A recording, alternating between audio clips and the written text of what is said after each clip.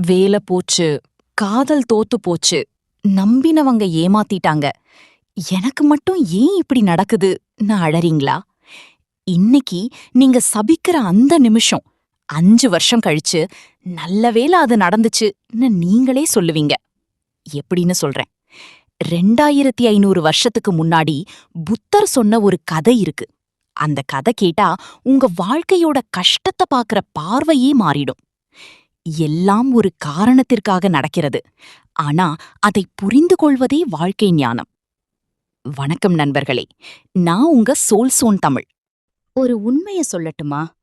நம்ம எல்லாருக்குமே வாழ்க்கையில ஒரு பாயிண்ட்ல இந்த கேள்வி வந்திருக்கும். கடவுளே, நான் என்ன தப்பு பண்ணேன்? ஏன் எனக்கு மட்டும் இப்படி? எக்ஸாம்ல ஃபெயில் ஆகுறோம், இன்டர்வியூல ரிஜெக்ட் ஆகுறோம், நம்ம உயிருக்கு உயிரா நினைச்சவங்க நம்மள விட்டு போறாங்க. ஆக்சிடென்ட், நஷ்டம், அவமானம். அந்த நேரத்துல மூளை ஒரே ஒரு விஷயத்தை தான் யோசிக்கும். இது எனக்கு தேவையா? ஆனா புத்தர் சொல்றாரு, நீ இப்போ பாக்குறது கதையோட ஒரு பக்கம் மட்டும்தான். புத்தகத்தை முழுசா படிக்காம ஒரு பக்கத்தை வச்சு கதையை இவாலுவேட் பண்ண முடியாது. இன்னைக்கு நம்ம 3 விஷயம் பார்க்க போறோம். 1, ஒரு ராஜாவும் அமைச்சரும் எல்லாத்தையும் மாத்துன ஒரு கதை. 2, புத்தர் சொன்ன காரணகாரிய தத்துவம், கர்மாவோட உண்மையான அர்த்தம்.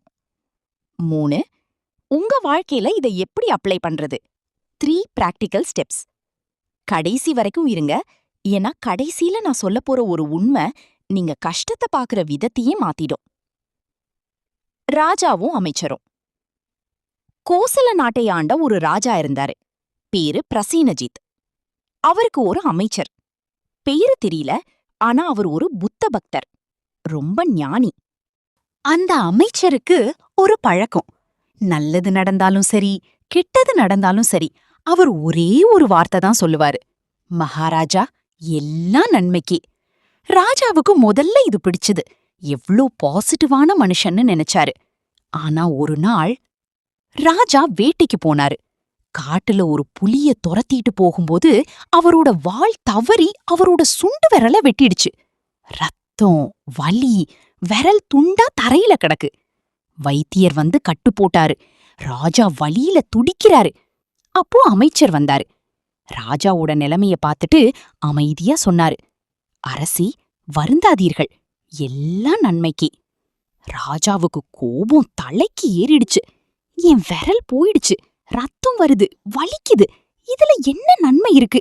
நீ என்ன கிண்டல் பண்றியான்னு கத்தனாரு. அமைச்சர் பொறுமையா சொன்னாரு: மகாராஜா, இப்போதைக்கு நமக்கு காரணம் புரியாது. ஆனா காலம் ஒரு நாள் பதில் சொல்லும். எல்லாம் நன்மைக்கே. ராஜாவுக்கு கோபம் அதிகமாயிடுச்சு. போதும், உன்னோட தத்துவம்லாம் எனக்கு வேண்டாம். காவலர்களே, இவனை சிறையில அடைங்கன்னு உத்தரவு போட்டாரு. காவலர்கள் அமைச்சரை கூட்டிட்டு போறாங்க. போகும்போது கூட அமைச்சர் திரும்பி பார்த்து சிரிச்சுக்கிட்டே சொன்னாரு: நன்றி மகாராஜா, எல்லாம் நன்மைக்கே. ராஜா குழம்பிட்டாரு. ஜெயிலுக்கு போறான், அப்பவும் நன்மைக்கேன்னு சொல்றான். இவனுக்கு பைத்தியம் புடிச்சிருச்சு போலன்னு நினைச்சாரு. 1 மாசம் ஓடிடுச்சு. ராஜாவோட காயம் ஆறிடுச்சு. ஆனா விரல் வராது. அந்த குறை மனசுல இருந்துட்டே இருந்துச்சு. ஒரு நாள் ராஜாவுக்கு போர் அடிச்சுது. வேட்டைக்கு போலான்னு தனியா கிளம்பிட்டாரு. அமைச்சர் இல்ல, படை இல்ல, தனியா காட்டுக்குள்ள போனாரு. அது சாதாரண காடில்ல, அது காளி உபாசகர்கள் வாழ்ற காடு. அவங்க வருஷத்துக்கு ஒரு முறை தங்களோட தேவிக்கு நரபலி கொடுப்பாங்க. ஒரு ஆரோக்கியமான, உடல் ஊனம் இல்லாத ஆண்மகனை தேடிட்டு இருந்தாங்க. ராஜா அவங்க கையில மாட்டிக்கிட்டாரு. சிக்கிட்டான். இவன்தான் நம்ம பலின்னு கட்டி தூக்கிட்டு போயிட்டாங்க. பலிபீடத்துல ராஜாவ படுக்க வச்சாங்க. கத்திய எடுத்தாங்க. பூசாரி மந்திரம் சொல்ல ஆரம்பிச்சாரு. ராஜா கண்ண மூடிட்டாரு. முடிஞ்சது கதைன்னு நினைச்சாரு. அந்த கடைசி நொடியில பூசாரி ராஜாவோட உடம்ப செக் பண்ணான். பலிக்கு எந்த குறையும் இருக்கக்கூடாது.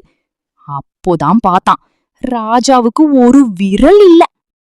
நிறுத்துங்கன்னு கத்துனான். இவன் ஊனமானவன், தேவிக்கு ஊனமான பலி ஆகாது. இவனை விட்டுடுங்க, இல்லனா தேவிக்கு கோபம் வந்துடும். காட்டுவாசிகள் ராஜாவ அவுத்து விட்டுட்டாங்க. போ, ஓடிப்போன்னு விரட்டிட்டாங்க. ராஜா ஓடுறாரு ஓடுறாரு. அரண்மனைக்கு வந்து சேர்ந்தாரு. மூச்சு வாங்குது, உடம்பெல்லாம் நடுங்குது. ஆனா உயிரோட இருக்காரு. அப்போதான் அவருக்கு பொறி தட்டுச்சு. என் விரல் போனது நன்மைக்குதானா?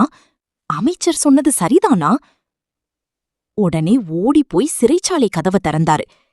அமைச்சர் அமைதியா தியானம் பண்ணிட்டு இருக்காரு. ராஜா அமைச்சர் கால்ல விழுந்தாரு. என்ன மன்னிச்சிடுங்க, நீங்க சொன்னது உண்மை. என் விரல் போனதாலதான் என் உயிர் பிழைச்சது. எல்லாம் நன்மைக்கே. ஆனா ஒரு சந்தேகம். நான் உங்கள 1 மாசம் ஜெயில்ல போட்டேனே, அது எப்படி உங்களுக்கு நன்மை? அமைச்சர் மெதுவா சிரிச்சாரு. கண்ண தொறந்து சொன்னாரு. மகாராஜா, ஒரு நிமிஷம் யோசிச்சு பாருங்க. நான் ஜெயில்ல இல்லன்னா என்ன ஆயிருக்கும்? நான் உங்க கூட வேட்டைக்கு வந்திருப்பேன். நீங்க மாட்டின அதே காட்டுவாசிகள் கிட்ட நானும் மாட்டியிருப்பேன். உங்களுக்கு ஒரு விரல் இல்ல, அதனால உங்கள விட்டுட்டாங்க. ஆனா எனக்கு 10 விரலும் இருக்கே மகாராஜா. என்னைய பலி கொடுத்திருப்பாங்க. நீங்க என்னைய சிறையில அடைச்சது என் உயிரை காப்பாத்திடுச்சு. அதனாலதான் சொன்னேன், எல்லாம் நன்மைக்கே. ராஜா உறைஞ்சு போயிட்டாரு. அந்த நிமிஷம் அவருக்கு ஒரு பேருண்மை புரிஞ்சது. புத்தரின் தத்துவம், காரண காரியம். இந்த கதை வெறும் கதை இல்ல நண்பர்களே. இது புத்தர் சொன்ன பட்டிச்ச சமுப்பாதம், டிபெண்டன்ட் ஆரிஜினேஷனோட சாரம். புத்தர் என்ன சொல்றாரு? இந்த உலகத்துல எதுவுமே தனியா நடக்கிறதில்ல. எல்லாத்துக்கும் ஒரு காரணம் இருக்கு, ஒரு விளைவு இருக்கு, ஒரு தொடர்பு இருக்கு.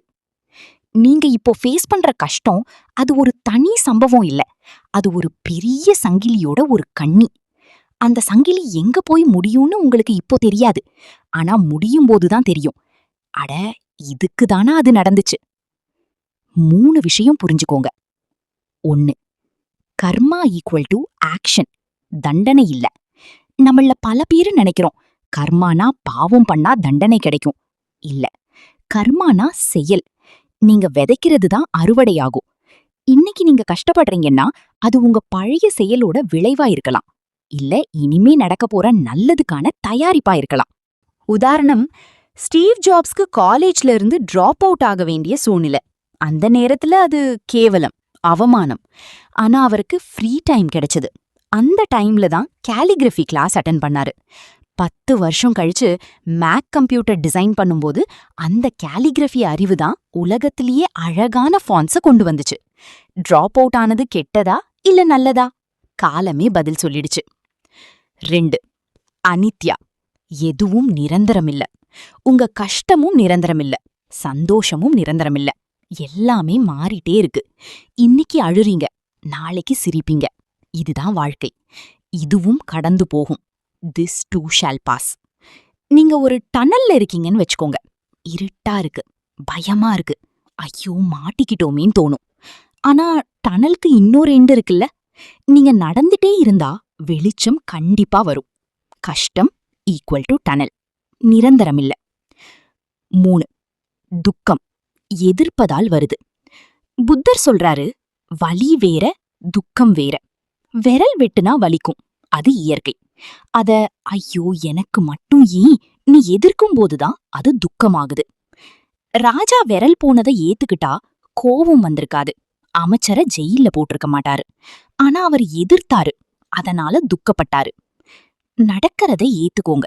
சரி, இது நடந்துடுச்சு, இதுல இருந்து நான் என்ன கத்துக்க போறேன்னு கேளுங்க. அந்த நிமிஷம் கஷ்டம் உங்களுக்கு வாத்தியாரா மாறிடும். உங்க வாழ்க்கைக்கு 3 ஸ்டெப்ஸ். சரி, தத்துவம் எல்லாம் சரி, ஆனா என் காதல் பிரேக்கப் ஆயிடுச்சு, எப்படி இது நன்மைன்னு கேப்பீங்க. வேலை போச்சு, இஎம்ஐ கட்டணும், எப்படி நன்மைன்னு கேப்பீங்க. நியாயமான கேள்வி. அதுக்குதான் இந்த 3 ஸ்டெப்ஸ். ஸ்டெப் 1, இன்னும் கதை முடியலன்னு நம்புங்க. தி சாப்டர் ரூல். உங்க வாழ்க்கை ஒரு புத்தகம். இப்போ நீங்க 5வது அத்தியாயத்துல இருக்கீங்க. அதுல ஹீரோ அடி வாங்குறான், அழறான், தோத்து போறான். நீங்க புத்தகத்தை மூடிட்டு கதை மோசம்னு சொல்ல முடியுமா? 20வது அத்தியாயத்துல ஹீரோ ஜெயிக்கிறான்னு உங்களுக்கு தெரியாது. அதனால கஷ்டம் வரும்போது உங்களுக்கு நீங்களே சொல்லிக்கோங்க, இது 5வது அத்தியாயம், கதை இன்னும் முடியல. ஜே.கே. ராலிங்க்கு ஹாரி பாட்டரை 12 பப்ளிஷர்ஸ் ரிஜெக்ட் பண்ணாங்க. அவங்க டிப்ரெஸ் ஆகி தற்கொலை பண்ணிக்கலாமான்னு கூட யோசிச்சாங்க. அன்னைக்கு அது 5வது அத்தியாயம். 20வது அத்தியாயத்துல அவங்க உலகத்திலேயே பெரிய எழுத்தாளர். அந்த ரிஜெக்ஷன் இல்லனா அவங்க இன்னும் பெட்டரா எழுதியிருக்க மாட்டாங்க. ஸ்டெப் 2, என்ன கத்துக்கிட்டேன்னு கேளுங்க. The lesson audit. ஒவ்வொரு கஷ்டமும் ஒரு ஃபீஸ் கட்டி படிக்கிற கோர்ஸ் மாதிரி.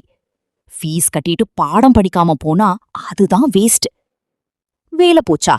லெசன், நான் ஒரே இன்கம்ம நம்பி இருக்கக்கூடாது. சைட் ஸ்கில் கத்துக்கணும். பிரேக்கப் ஆச்சா? லெசன், எனக்கு என்ன வேணும் என்ன வேண்டான்னு தெளிவாயிடுச்சு. அடுத்த ரிலேஷன்ஷிப்ல நான் பெட்டரா இருப்பேன். பிசினஸ் லாஸ் ஆச்சா? லெசன், மார்க்கெட்ட நான் சரியா புரிஞ்சுக்கல, இப்ப புரிஞ்சுக்கிட்டேன். ஒரு நோட் புக் எடுங்க. கஷ்டம்னு ஒரு பக்கம் எழுதுங்க, கத்துக்கிட்ட பாடம்னு அடுத்த பக்கம் எழுதுங்க. 6 மாசம் கழிச்சு படிச்சு பாருங்க. அட, இவ்ளோ வளர்ந்திருக்கேனா நான் ஆச்சரியப்படுவீங்க. ஸ்டெப் 3, நான் என்ன கண்ட்ரோல் பண்ண முடியும்னு ஃபோக்கஸ் பண்ணுங்க. The control circle. ராஜாவால விரல வர வைக்க முடியாது, ஆனா அமைச்சரை மன்னிக்க முடியும். அத பண்ணாரு. அமைச்சரால ஜெயில்ல இருந்து தப்பிக்க முடியாது, ஆனா தியானம் பண்ண முடியும். அத பண்ணாரு. நீங்களும் உங்க கண்ட்ரோல் சர்க்கிள்ல கவனம் செலுத்துங்க. ஸ்ட்ரெஸ் 80% குறையும். வாழ்க்கையோட உண்மை சம்பவம். இது வெறும் கதை இல்லைன்னு ப்ரூவ் பண்ண 2 ரியல் லைஃப் உதாரணம் சொல்றேன். 1, வால்ட் டிஸ்னி. பேங்க்ல லோன் கேட்டு போனாரு. 300 தடவை ரிஜெக்ட். உனக்கு இமேஜினேஷனே இல்லைன்னு சொன்னாங்க. அன்னைக்கு அது அவமானம். இன்னைக்கு டிஸ்னினா இமேஜினேஷனுக்கு இன்னொரு பேரு. அந்த 300 ரிஜெக்ஷன் இல்லனா அவர் இவ்ளோ பிடிவாதமா இருந்திருக்க மாட்டாரு. 2, ஏஆர் ரஹ்மான். சின்ன வயசுல அப்பா இறந்துட்டாரு. குடும்பம் கஷ்டத்துல. கீபோர்டு வாடகைக்கு விட்டுதான் சாப்பிட்டாங்க. அன்னைக்கு அது கொடுமை. ஆனா அந்த கஷ்டம்தான் அவரை மியூசிக்ல முழு கவனம் செலுத்த வச்சது. கஷ்டம் இல்லனா ஆஸ்கர் வாங்குற ரஹ்மான் கிடைச்சிருப்பாரா? உங்க வாழ்க்கையிலயும் இப்படி ஒரு அன்னைக்கு கஷ்டம் இன்னைக்கு வரும் மொமெண்ட் கண்டிப்பா வரும், நம்புங்க. அப்போ எல்லாம் ஒரு காரணத்திற்காக தான் நடக்குதா? ஆமா. ஆனா அந்த காரணம் உங்களுக்கு இப்ப புரியணும்னு அவசியம் இல்ல. வாழ்க்கை ஜிபிஎஸ் மாதிரி. அடுத்த லெஃப்ட்னு மட்டும்தான் சொல்லும், ஃபுல் ரூட்ட காட்டாது. நீங்க நம்பி டிரைவ் பண்ணணும். ராஜாவுக்கு விரல் போன அன்னிக்கு காரணம் தெரியாது, 1 மாசம் கழிச்சு தெரிஞ்சது. அமைச்சருக்கு ஜெயிலுக்கு போன அன்னிக்கு காரணம் தெரியாது, ராஜா சொன்னப்பதான் தெரிஞ்சது. உங்களுக்கும் அப்படிதான். இன்னைக்கு நீங்க அழற விஷயம் நாளைக்கு உங்களை சிரிக்க வைக்கும். இன்னைக்கு உங்க கதவை சாத்தின கை நாளைக்கு உங்களுக்கு புது கதவை திறக்கும்.